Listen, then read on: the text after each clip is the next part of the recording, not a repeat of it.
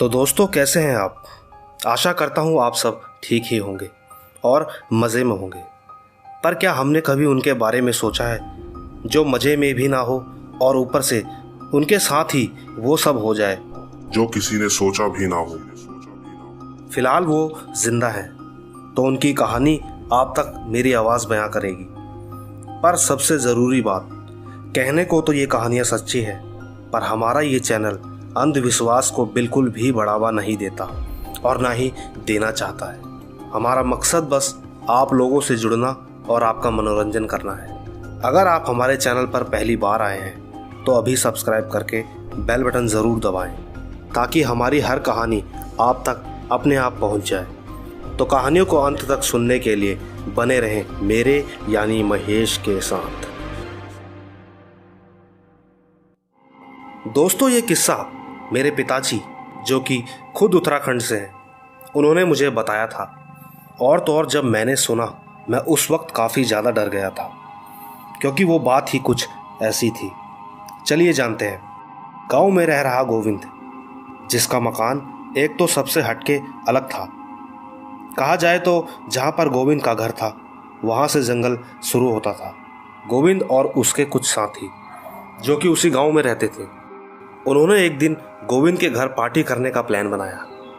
अमूमन गोविंद ने आज से पहले कभी ऐसे दोस्तों के साथ अपने घर पे ऐसा कुछ प्लान नहीं किया था। ये पहली बार था। गोविंद बाजार से चिकन लाकर उसे बनाने की तैयारी में लग गया। 7 बजे करीब जब अंधेरा हो गया तो सब लोग गोविंद के घर आ पहुंचे।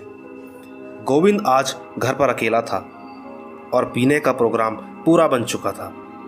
सब कुछ खत्म होने में करीबन 9 बज गए और आधा घंटा थोड़ा हंसी मजाक में निकल गया। लेकिन जब सब अपने अपने घर जाने को उठे तो गोविंद ने उन्हें वहीं सोने को बोला, तो सबने कोई ना कोई बहाना बनाकर वहां से निकल गए। और अब गोविंद अकेला था। नशा ज़्यादा होने की वजह से उसने बचे हुए चिकन के ऊपर ऐसे ही ढक्कन रख दिया और चुपचाप अपना बिस्तरा लगाकर सोने की तैयारी करने लगा। और उसको नींद भी बड़े आराम से आ गई। करीबन 2 घंटे बाद गोविंद के कानों में लगातार एक आवाज़ आने लगी। आवाज़ बर्तनों के हिलने की थी। गोविंद ने सोचा, हो सकता है कि शायद बिल्ली होगी। गोविंद चुपचाप सोता रहा, पर कई बार आवाज़ कुछ इस तरह भी आ रही थी जैसे कोई इंसान खाना खा रहा हो। पर गोविंद के हिसाब से तो वो वहाँ अकेला ही सो रहा था।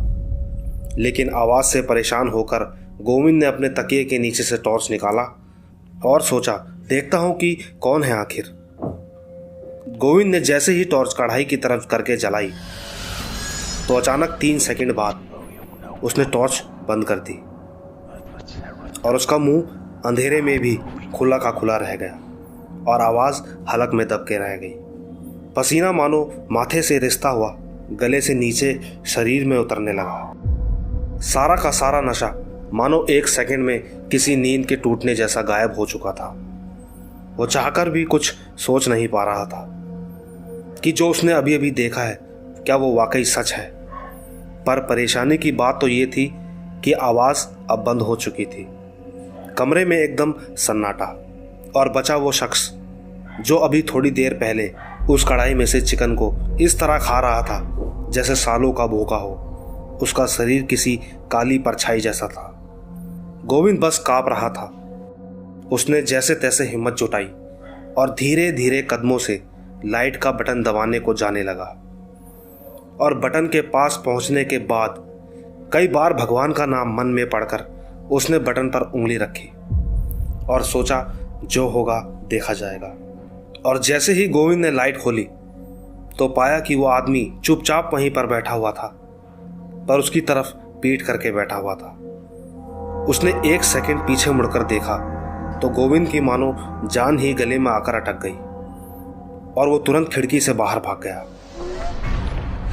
उसका चेहरा बेहद डरावना था। गोविंद ने जल्दी से उस कढ़ाई को उठाकर बाहर फेंक दिया और कमरे की लाइट जली रहने दी। पर गोविंद को रात भर नींद नहीं आई और उस आवाज़ ने उसे करीबन 2 घंटे तक परेशान किया। सोचते सोचते उसे कब नींद आ गई पता ही नहीं चला। दोस्तों, गोविंद के साथ जो हुआ वो बेहद डरावना था। उस दिन के बाद से गोविंद ने आज तक अपने घर में चिकन नहीं बनाया है। आप अगर गोविंद की जगह होते तो क्या करते, मुझे कमेंट में ज़रूर बताएं।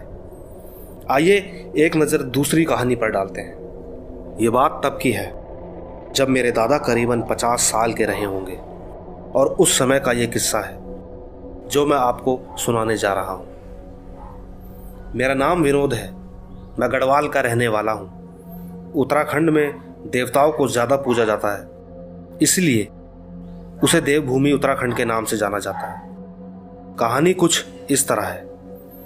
एक बार की बात है दोस्तों, आपको गांव के जंगल के बारे में तो पता ही होगा, लेकिन पहाड़ के जंगल शहरों के मुताबिक ज़्यादा डरावने लगते हैं, क्योंकि वहाँ ज़मीन एक समान नहीं होती, कभी ऊपर तो कभी नीचे।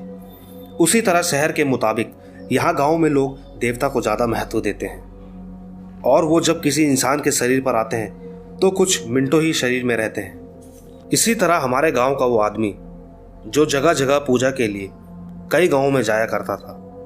हमारे यहाँ पूजा का समय अधिकतम रात को ही होता है, तो उसी तरह वो आदमी अक्सर रात को देर से ही लौटता था। उसे भगवान पर पूरा भरोसा था और वो बुरी शक्तियों से डरता नहीं था, और ना ही कभी रात के समय जंगलों के रास्ते से आने से डरता था। एक बार की बात है, रात करीबन 12:30 बजे वो आदमी अपने घर को लौट रहा था, तो रास्ते में नदी के सामने उसे एक आदमी दिखाई दिया, पर वो उस आदमी से डरा नहीं, और नदी पार करके जैसे ही आगे की ओर बढ़ा तो वो आदमी एकदम उनके सामने आ गया और घूरने लगा। वो जैसे जैसे आगे बढ़ते तो बार बार वो आगे से आकर खड़ा हो जाता। कई बार मना करने के बावजूद वो हटा नहीं, तो उन्होंने फैसला कर लिया कि शायद अब लड़ाई करनी ही पड़ेगी। उन्होंने अपना झोला नीचे रखकर अपने ईश्वर का नाम लिया और सीधा उस आदमी पर टूट पड़े। दोस्तों, यहाँ पर मैं आपको एक बात बता दूं, आप यकीन नहीं करेंगे, उन्होंने 1 घंटे तक उससे लड़ाई करी और लड़ते लड़ते दोनों नीचे 100 मीटर खाई की ओर गिर पड़े। न जाने ऐसा क्या हुआ कि गिरने के बाद जब उन्होंने अपनी आंखें खोली तो पाया कि वहाँ कोई नहीं था। तभी उन्होंने देखा कि उनके सीधे हाथ की मुट्ठी बंद थी। खोलकर देखा तो पाया कि उनके हाथ में उस आदमी के सर के बाल आ चुके थे। उन्होंने मुट्ठी को बंद करके भागकर अपना झोला उठाया और जल्दी से अपने घर की ओर तेजी से बढ़ने लगे। घर पहुंचने के बाद जैसे ही उन्होंने अंदर कदम रखा तो वहीं पर बेहोश होकर नीचे गिर पड़े। इसके बाद जब उनकी आंखें खुली तो उन्होंने खुद को बेड पर पाया और उनकी आंखें लाल पड़ चुकी थी, और तो और उन्हें तेज बुखार भी आ रहा था। बुखार 2 दिन तक रहा, लेकिन तबीयत खराब होने की वजह से उन्होंने एक दूसरे पंडित को बुलाया। पंडित के घर आते ही पंडित समझ गया कि यहाँ कुछ है। पंडित ने मंदिर से राख उठाई और उस आदमी के सर पर हाथ रखा और कुछ मंत्र पढ़कर सर के चारों ओर हाथ घुमाकर राख को बाहर फेंक दिया। इसके बाद उन्होंने बताया कि कोई बुरी शक्ति इनके पीछे घर तक आ चुकी थी, पर अब ये ठीक हो जाएंगे। तो दोस्तों, देखा आपने, जाहिर है इस तरह का कोई किस्सा अगर आपको मालूम होगा तो कमेंट ज़रूर करें, अगर नहीं भी मालूम होगा तो भी कमेंट ज़रूर करें। चलिए हम अपनी तीसरी और आखिरी कहानी पर एक नज़र डालें। ये छोटा सा किस्सा 12 साल पहले का है, जो संजय ने मुझे बताया। सुनकर मुझे तो अजीब लगा ही, पर जब आप सुने तो ज़रूर बताएं कि आखिर ऐसा क्यों हुआ।